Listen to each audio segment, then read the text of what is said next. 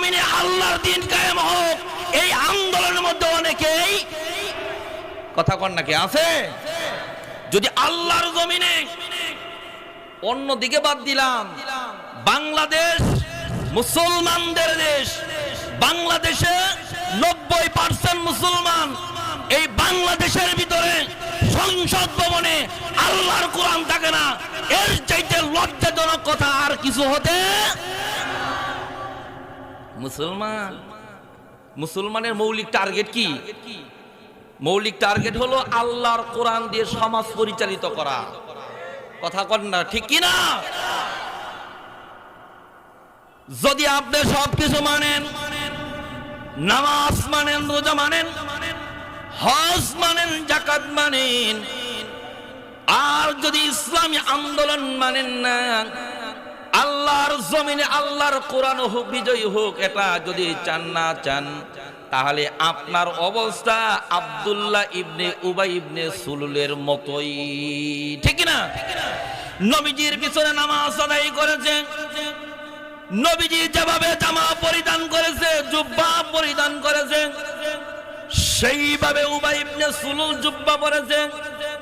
আমার নবীজি যেভাবে পাগড়ি পরেছেন, সেভাবে সেও পাগড়ি পরিধান করেছে।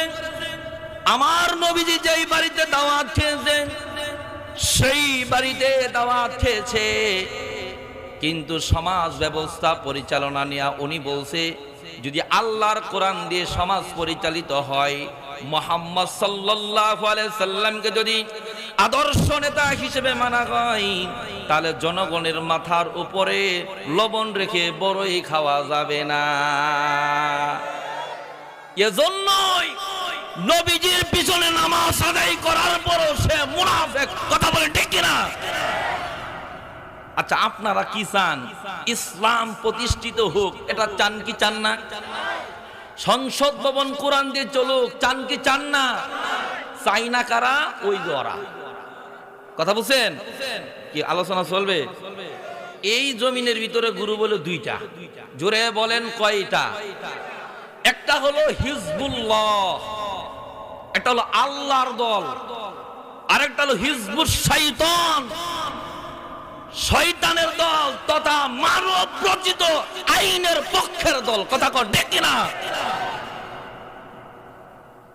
একটা দল আল্লাহর রাস্তায় জিহাদ করে, আরেকটা দল তাগুতের শক্তি সঞ্চার করার জন্য জিহাদ করে।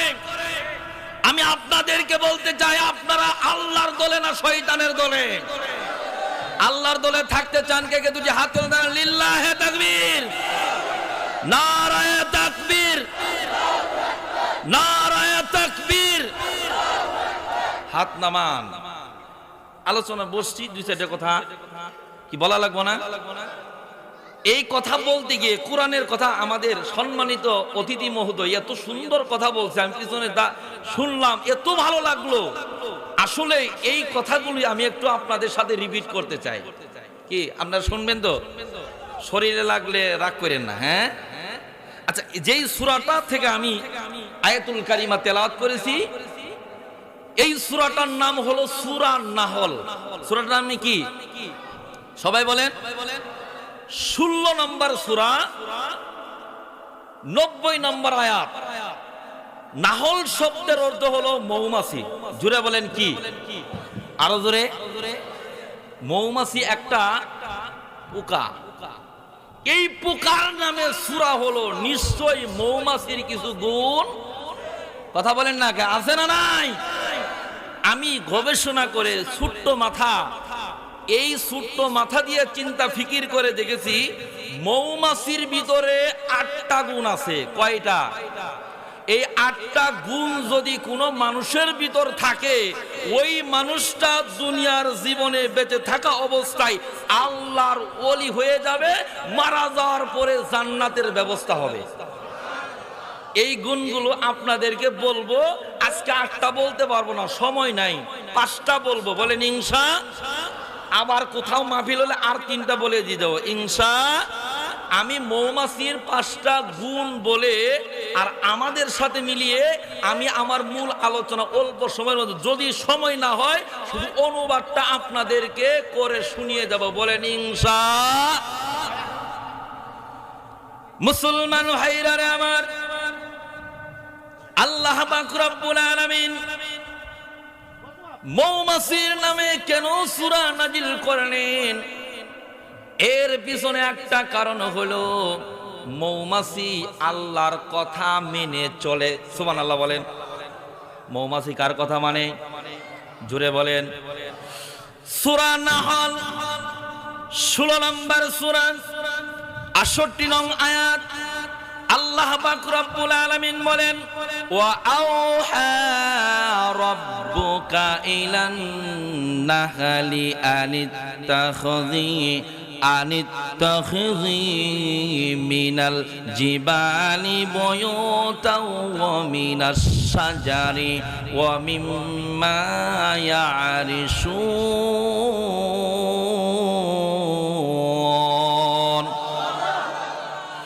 আমার আল্লাহ পাক রব্বুল আলামিন বলেন, আমি আল্লাহ পাক রব্বুল আলামিন ওহীর মাধ্যমে জানিয়ে দিয়েছি মৌমাছিকে তোমরা বাসা বাঁধবে পাহাড়ে, তোমরা বাসা বাঁধবে গাছে, আর তোমরা বাসা বাঁধবে উঁচু দালানে। এই তিনটা কথা বলে দিয়েছি। আল্লাহ পাক রব্বুল আলামিন ওহীর মাধ্যমে জানিয়ে দিয়েছেন মৌমাছিকে। এই মৌমাছি 3 জায়গা ছাড়া কোথাও বাসা বাঁধে না। জুড়ে বলেন সুবহানাল্লাহ। এখন আল্লাহ পাক রব্বুল আলামিন আমাদেরকে বললেন, কিতাবুন আনজালনাহু ইলাইকা লিতুখরিজান নাসা মিনাল যুলুমাতি ইলান নূর। আমার আল্লাহ পাক রব্বুল আলামিন আমাদের উপরও বললেন, হে নবী, আমি আপনার উপরে যেই কিতাবটা নাজিল করলাম, এই কিতাবটার নাম কি? সবাই বলেন, জোরে বলেন। এই কুরআনুল কারীম আপনার উপর নাজিল করেছি। এই কুরআনুল কারীম নাজিল করার উদ্দেশ্য হলো অন্ধকারচ্ছন্ন মানুষগুলোকে আলোর দিকে ফিরে আনা। চিৎকার দিয়ে বলেন সুবহানাল্লাহ। এই কোরআন মানবে যারা, জানবে যারা, বুঝবে যারা, ওই মানুষগুলো প্রকৃত ভালো মানুষ হবে। কিন্তু আমাদের সমাজের ভিতরে কিছু হুজুরেরা শিখাইয়া দিছে, রাগ করলে করেন। ওরা বলেছে এই কুরআনুল কারীম এত শিখা সহজ না, এই কুরআনুল কারীম হলো কঠিন, এই কুরআন শিখা যাবে না, বোঝা যাবে না। আমার আল্লাহ পাক রব্বুল আলামিন বলে দিয়েছেন, কমার সূরা কমার 22 নম্বর আয়াতে আল্লাহ বলেন, ওয়ালাকাদ ইয়াসসারনাল কুরআনা লিযিকরি ফাহাল মিন মুদ্দাকির। আমি আল্লাহ পাক রব্বুল আলামিন এই কুরআনুল কারীমকে সহজ করে দিয়েছি যাতে তোমরা উপদেশ গ্রহণ করতে পারো। চিৎকার দিয়ে বলেন সুবহানাল্লাহ। এই মানুষগুলো বলে আসলে এই কুরআনুল কারীম আমরা পড়তে পারবো না। আল্লাহ বলে সহজ, আর আপনি বলে কঠিন। আপনি বলতেছেন কঠিন, এই কথাটা কোনো মানুষের কথা হতে পারে না। এই কথাটা নিশ্চয়ই শয়তানের কথা। কথা বলেন ঠিক কিনা? কারণ কি, মজার কথা হলো, কোরআন বুঝবে যখন, কোরআন মানতে হবে, কোরআন মানতে হবে তখন। এজন্য এরা কুরআনুল কারীম শুনবে না, বুঝবে না, মানবে না। এজন্য এরা বলে দেয় যে শুধু কোরআন শরীফটা হাতের মধ্যে নিবা, সুন্দর করে চুমা দিবা, আর চুমা দিয়া ওই তাকের ভিতর রেখে দিবা, এটাই তোমার হক আদায় হয়ে যাবে। অথচ এই কুরআনুল কারীম কি শুধু তাকের ভিতর রাখার জন্য এসেছে, না মানব জাতির ভাগ্য পরিবর্তন করার জন্য এসেছে? জোরে বলেন কোনটা? মানব জাতির ভাগ্য পরিবর্তন করার জন্য এই কোরআন এসেছে। এই কুরআনুল কারীম দিয়ে সমাজ ব্যবস্থা পরিচালনা করতে হবে, এই কোরআন দিয়ে সংসদ ভবন পরিচালনা করতে হবে। কথা বলেন ঠিক কিনা? এই কুরআনুল কারীম দিয়া প্রত্যেকটা বিচার সালিসি করতে হবে। বলেন তো দেখি, এই কোরআনের বিচার কি সমাজে আছে? কারণ এরা জানে যে যদি কুরআনুল কারীম মানুষ বুঝে ফেলে তাহলে কোরআন দিয়ে বিচার করা লাগবে। কারণ বিচার করবে যাদের, ওরা নিজেরাই দুর্নীতিবাজ, আছে না নাই? আরে ইতিপূর্বে যারা দুর্নীতি করেছে ম্যাক্সিমাম দুর্নীতিবাজ হলো কথা বল ঠিক কিনা? বিসিএস ক্যাডারও ছিল। মানুষ মারা যাচ্ছে, মানুষ মারা যাচ্ছে, করোনার কারণে মানুষ মারা যাচ্ছে, চতুর্পাশে মৃত্যুর মিছিল চলতেছে। ওই সময়ও কিছু শিক্ষিত মানুষগুলো নিজের ঘরের ভিতরে খাটের নিচে তেল চিনি ডাল লুকায়া রাখছিল। কথা বুঝেন নাই? এই কথাগুলো যদি কারো দিলে যায় তাহলে বুঝতে হবে যে আমার পরিবর্তন হওয়া, ওয়াজ করা সহজ, ওয়াজ মানা। আল্লাহ এই কথাই কইছে কোরআনের মধ্যে। আল্লাহ পাক রব্বুল আলামিন সূরা সফে বলেন, ইয়া আইয়ুহাল্লাযীনা আমানু লিমা তাকুলুনা মা লা তাফআলুন। আমার আল্লাহ পাক রব্বুল আলামিন বলেন, দেখেন খেয়াল করেন, মনে করতেছেন আপনারাই বলতেছে। আজ আমরা যখন ঈদগাহের মাঠে যাই অথবা জানাজার নামাজ পড়তে যাই, ওই সময় বিভিন্ন দলের লোকগুলো আসে আর সুন্দর সুন্দর কথা বলে মাদক মুক্ত সমাজ চাই। আসলে মাদকের ব্যবসা নিজেই করে। কথা বলে ঠিক না? আরে ভাই, মাদকের ব্যবসা নিজে করো, জনগণের হক নিজেই মারো, আবার মানুষের সামনে বলো আমরা সমাজটাকে সুন্দর করতে চাই। আল্লাহ বলছে, তোমারই বলছে, তুমি যে ইমানদার তোমারই বলছে আল্লাহ, ইয়া আইয়ুহাল্লাযীনা আমানু লিমা তাকুলুনা মা লা তাফআলুন। ও ইমানদার, তুমি ওই কথা কেন বলো যেটা নিজে আমল। কি আপনারা কি রাগ করতেছেন? এটা কিন্তু রাগ করলে আমরা বিভকে যাবো গা। কারণ কিয়ামতের ময়দানে আমরা হুজুরেরা সবসময় দোয়া করি, ওয়াজও করি যে কিয়ামতের ময়দানে আমার নবী সুপারিশ করবে। হ্যাঁ, এটা সুপারিশ করবে সত্য, কিন্তু আমার নবী যে মামলা দায়ের করবে এটা তো অনেকেই বলি না। আচ্ছা, নবী যদি মামলা করে তাহলে আপনি পার পেয়ে যাবেন? কথা কয় নাকি? আমার নবীকে আবু লাহাব শুধু পাথর মেরেছিল, পাথর মারতে পারে নাই, শরীরে লাগাইতে পারে নাই। আমার নবীজির জিসিম মুবারকের ভিতরে পাথর লাগাইতে পারে নাই, শুধু পাথরটা এভাবে তুলছে। আমার আল্লাহ তাআলা জানায়া দিয়েছেন, তাব্বাত ইয়াদা আবি লাহাবি ওয়া তাব। আল্লাহ পাক রব্বুল আলামিন জানায়া দিলেন আবু লাহাবের দুই হাত ধ্বংস হয়ে যাক, নিজেও ধ্বংস হয়ে যাক। তাহলে আল্লাহর নবী যখন কিয়ামতের দিন যখন আপনার নামে মামলা করবে তখন আপনি কই যাবেন? পীরের মুরিদ। কথা কয় নাকি? আমাদের দেশে কিছু লোকে কয় পীর ধরছি কি এমনি, এই পীরেরা আমাদের উকিলগিরি করি। হাজলিমি মাত দেন, ভালো হয়ে যান গা। হাদিস বুখারী শরীফের হাদিসের মধ্যে আছে, আদম নবী পর্যন্ত কবি ইয়া নাফসি। এই কথা বলেন ঠিক না? হাদিস শুনেন নাই? হাদিস শুনে থাকলে ওই বন্ডদেরকে জায়গা দেন কেমনে?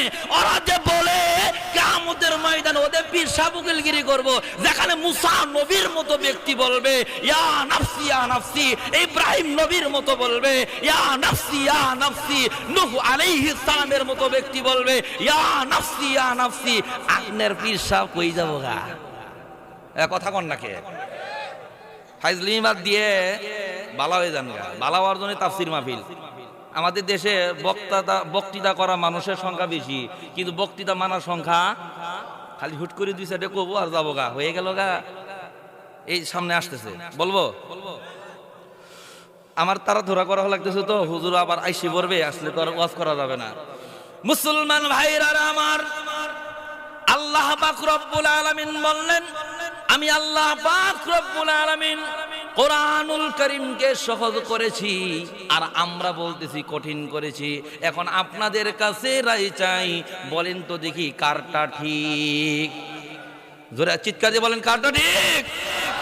2 নাম্বার হলো এই মৌমাছি ভালো ভালো জায়গা, পরিষ্কার পরিচ্ছন্ন জায়গাতে শুধু ঘোরাফেরা করে। এই মৌমাছি কোনো সময় কোনো অবস্থাতে অন্য জায়গাতে দুর্গন্ধময় জায়গাতে যায় না। কথা কন ঠিক না? মৌমাছির মতো আরেকটা মাছি আছে, এটা হলো কি মাছি? কথা বলেন। কেউ কো গুয়ে মাছি, কেউ কো ডাইরেক্ট মাছি। এই মাছির দিকে তাকাবেন মুসলমান, কোন কথা বলতেছি একটু লক্ষ্য করে শোনেন। এই মাসিটা দেখবেন ওই যে হোটেলের মধ্যে সুন্দর করে সাজানো গোছানো রয়েছে মিষ্টিগুলো, এই মিষ্টির রসের ভিতর বসতেছে। আবার এই মাসিটা যখন বেক করতেছে, আপনার ছেলেটা পায়খানা করে রাখছে, ওই জায়গাও ছুট লাগাইয়া দিছে। জোরে কন, এটা কি মাসি? জোরে বলেন। আমার আল্লাহ পাক রব্বুল আলামিন বলেন, এই যে মাছিটা, মৌমাছিটা, সে কোনো অবস্থাতে অপরিচ্ছন্ন জায়গায় যায় না। আর যেটা যায় এটা হলো মাছি। আল্লাহ পাক রব্বুল আলামিন ঈমানদারদেরকে বলেছেন ভালা ভালা জায়গায় যাবা। কিন্তু আমরা দেখি, বলমু, আমরা দেখি তাফসিরুল কোরআন মাহফিলে প্রধান অতিথি যিনি, ড্যান্সের অনুষ্ঠানও প্রধান অতিথি। কথা কোন ঠিক না? আরে ভাই, তাফসীর মাহফিলে যদি প্রধান অতিথি হয়, সে কিভাবে যাত্রা গানের প্রধান অতিথি হয়? এটা বিবেকে ধরে না। এটা কি মৌমাছি না মাছি? কথা কন না কে? আপনারা রাগ করতেছেন? 5টা গুণের কথা শুনলেই বুঝবেন আপনি কোন কায়দার মুসলমান এখনো। আমার আল্লাহ পাক রব্বুল আলামিন বলেছেন, فمن يكفر بالطاغوت ويؤمن بالله فقد استمسك بالعروة الوثقى। আমার আল্লাহ পাক রব্বুল আলামিন 2 নম্বর সূরা, সূরাটার নাম হলো সূরা বাকারা। এই সূরা বাকারার 256 নম্বর আয়াতের শেষের অংশে আল্লাহ তাআলা জানায় দিলেন, যারা ঈমান আনবে তারা প্রথম যে কাজটা করবে এটা হলো তাগুতকে অস্বীকার করবে। তাগুতকে অস্বীকার করবে না যারা, পাক্কা মুমিন হবে না তারা। আপনি কি তাগুদের সাথে আছেন না গেছেন? এবার একটু বলমু, রাগটা করেন না কিন্তু। এতক্ষণ যা ছিল এখন কিন্তু বাড়াবো।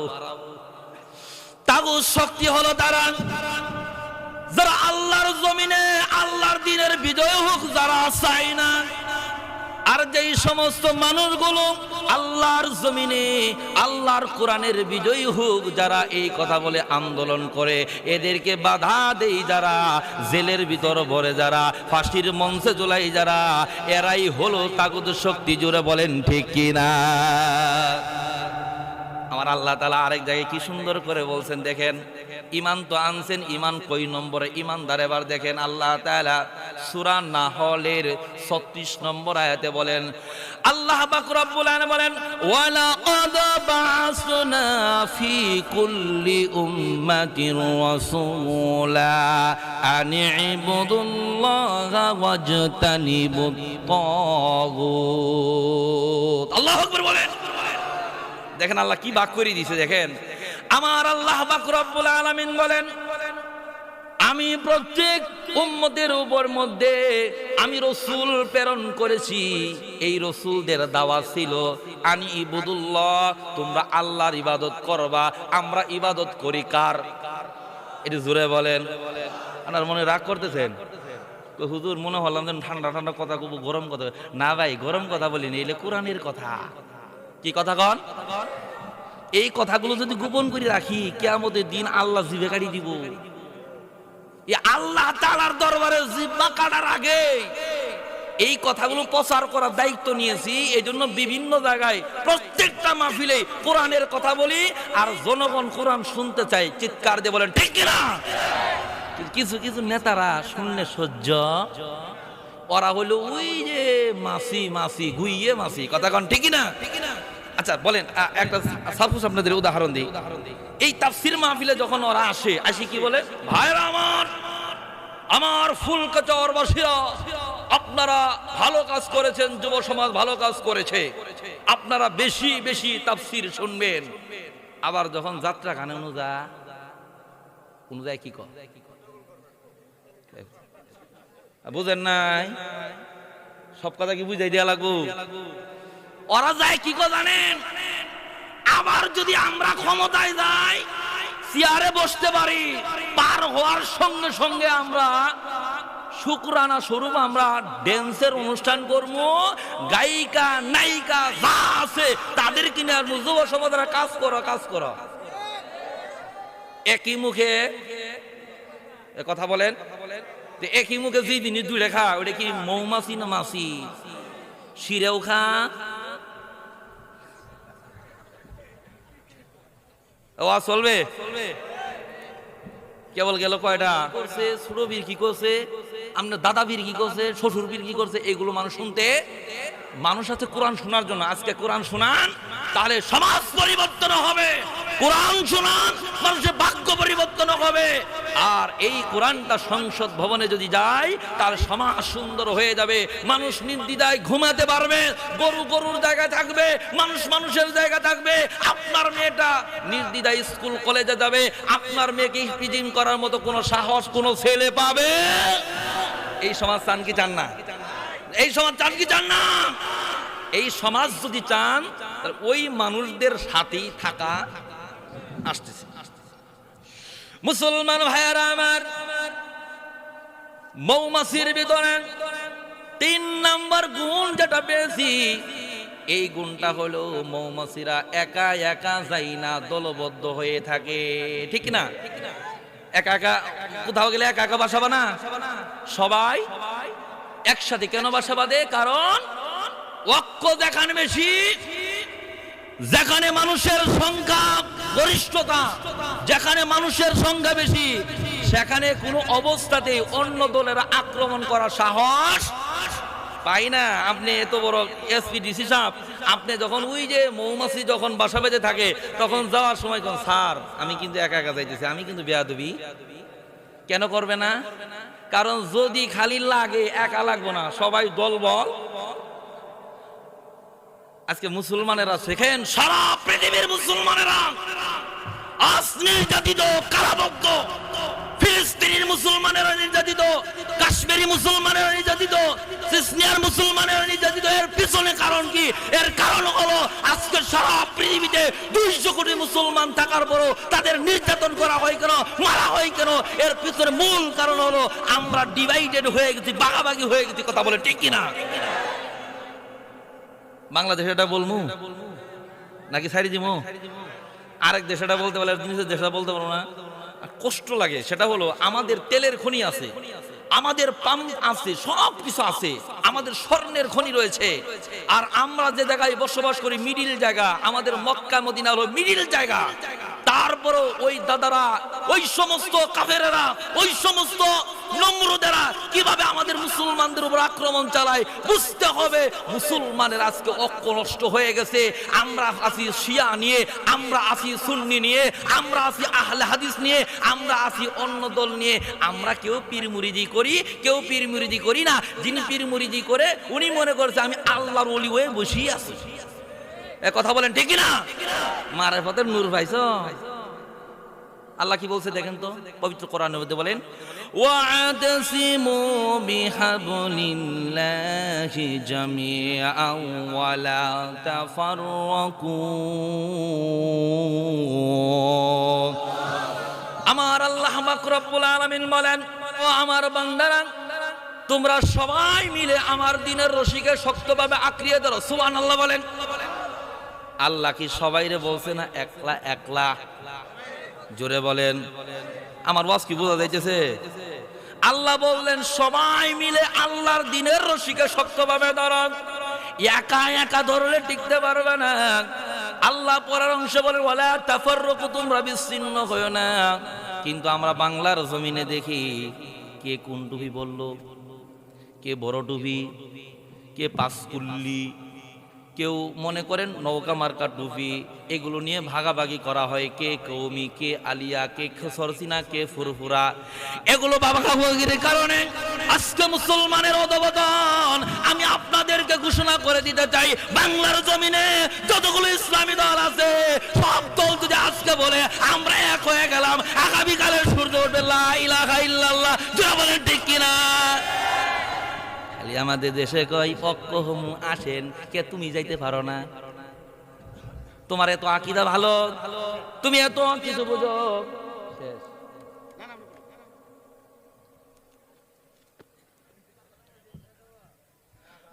মুসলমান ভাইরা আমার, আচ্ছা আপনারা কি ইসলামী হুকুমত বাংলাদেশে কায়েম হোক চান কি চান না? জোরা বলেন চান কি চান না? তাহলে সকল মতভেদ ভুলে যেতে হবে। কে কোন দল করে আমার দেখা দরকার নাই, কারণ আমি আল্লাহর গোলাম। জোরে বলেন কার গোলাম? আমার নবী হলেন মুহাম্মাদুর।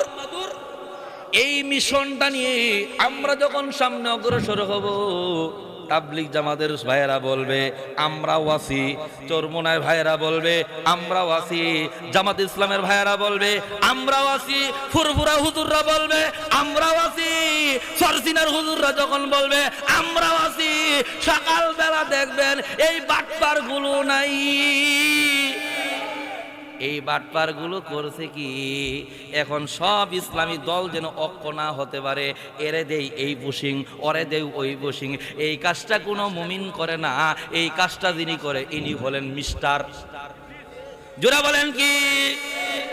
এখন বলবেন হুজুর ইবলিস আইলো কোন দিন, দেখলাম না তো। ইবলিস যাকে সুবল মারে, ইবলিসের সুবলে যিনি পড়ে, ওই মানুষটাও ইবলিসের কার্যকরী সদস্য হয়ে যায়। কথা বলেন ঠিক কিনা? এখন আমি আপনাদের মূল কথাটা বলে দিয়ে যাই, যার কারণে বাংলাদেশে ঐক্য নষ্ট হবে, যেই পীরের কারণে, যেই ইসলামী আন্দোলন করা ব্যক্তির কারণে, যেই তাবলিগ জামাতের সাথীর কারণে বাংলাদেশে ইসলামী ঐক্য নিষিদ্ধ হবে, ঐক্য বন্ধ হবে। বুঝতে হবে এই দলটা হলো ইবলিসের অনুসারী। কথা কোন ঠিক না? বাজাই দিছে না এই সাতপন্থী জুবাইরপন্থী, বাজাই দিল কেডা? মনে করছেন হুজুরা হুজুরা বাজাইছে না, উপরে তো অনেক কলকারি লাড়তাছে। এরে কইতেছে ভাই সাতপন্থীরা তোমরা এক নম্বর সলিড, আবার জুবাইর সাহেবরে বলতেছে তোমরাও সলিড। এই দুই দলের দুই দিক দিয়ে পুশিং করতেছে, আর এদের দিয়ে মারামারি। আহারে কষ্ট লাগে।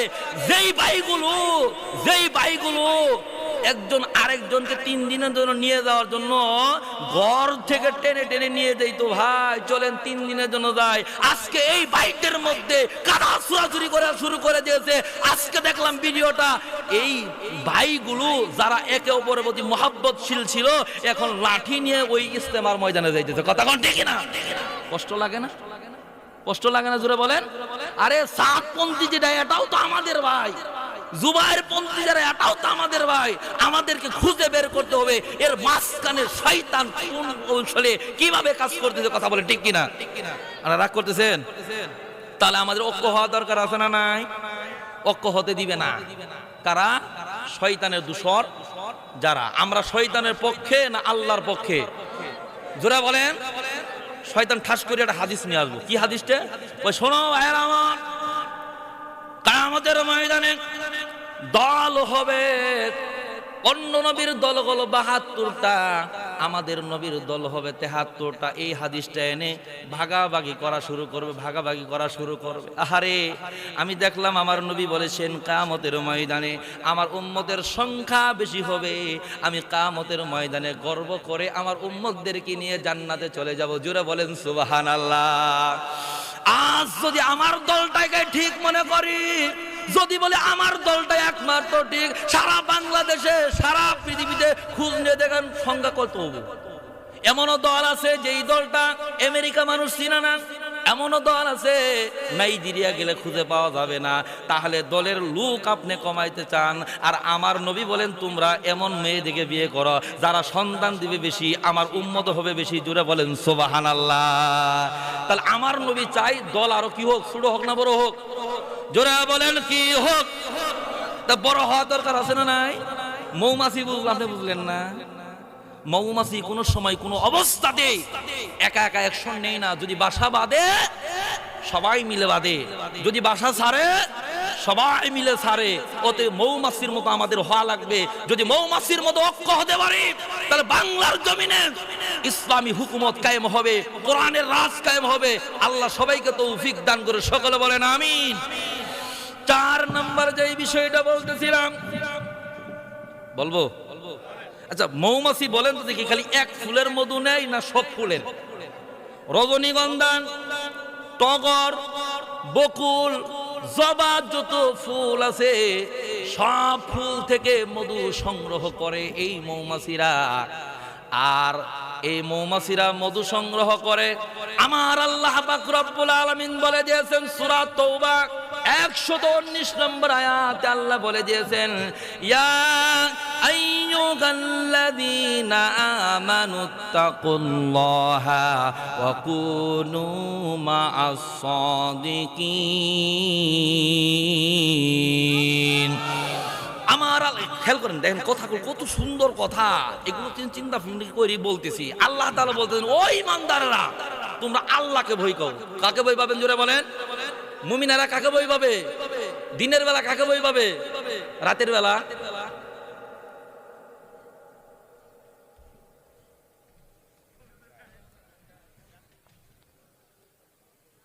বলেন আলহামদুলিল্লাহ। আপনারা জানেন, কম বেশি ওয়াজ শুনছেন তাই না? আমি কিন্তু স্লিপ দেওয়ার পরে আর বক্তা এটা ওয়াজ করতে যা ছিল সব শেষ। আপনারা কি বেজার হয়েছেন এই তখন কথাতে বললাম? তবে শোনেন, আজকে আপনাদের সামনে যিনি আলোচনা করবেন ইনি আমার উস্তাদ। বাংলাদেশের ভিতরে হাতে গোনা কয়টা আলেম যদি থাকে ওর মধ্যে তিনি অন্যতম। সুবহানাল্লাহ বলেন। মিশর আল আজহার বিশ্ববিদ্যালয়ে বাংলাদেশের ভিতরে সর্বপ্রথম সর্বোচ্চ নাম্বার যিনি পেয়েছিলেন তিনি হলেন এই যে মুফতি গোলাম কবির আজহারি। যারা বলেন সুবহানাল্লাহ। অতএব তিনি এত সুন্দর করে তাফসীর করেন, বুঝেন না? আমরা ওনার ছাত্র, আমরা দুই সাইডে কথা বলে মানুষ শুনে। কেন শুনে? কারণ কোরআনে কথা বলি, আর উনি আমার উস্তাদ। তাহলে বুঝেন, তাহলে উনি কি ওয়াজ করবো? এখনো যারা বাইরে আছেন সবাই ভিতরে চলে আসেন, উস্তাদ এখনই আসবে, আমরা সবাই প্রাণ বলে ওয়াজ শুনবো। বলেন ইনশাআল্লাহ। আখেরি মুনাজাত করে এখান থেকে উঠে যাব। আল্লাহ সবাইকে তৌফিক দান করুন, সকলে বলেন আমিন। সবাই ভালো থাকুন, বলেন ইনশাআল্লাহ। সুখে ভালো থেকো বন্ধু, যদি বেঁচে থাকি দেখা হবে আবার। আর করে আসবেন না? কে কার হাত তোলা দেখি, বলেন ভালো, হাত নাড়ান। ভালো থেকো বন্ধু, যদি বেঁচে থাকি দেখা হবে আবার। চারিদিকে মিছিলে, চারিদিকে মৃত্যুর হাহাকার শুনি, কন্দন হৃদয়ে সবার। মনটাকে ধুয়ে মুছে সাফ করে না, বেলা বুঝি হয়েছে যাওয়ার, দেখা হবে আবার। ভালো থেকো বন্ধু, যদি বেঁচে থাকি দেখা হবে আবার। সবাই ভালো।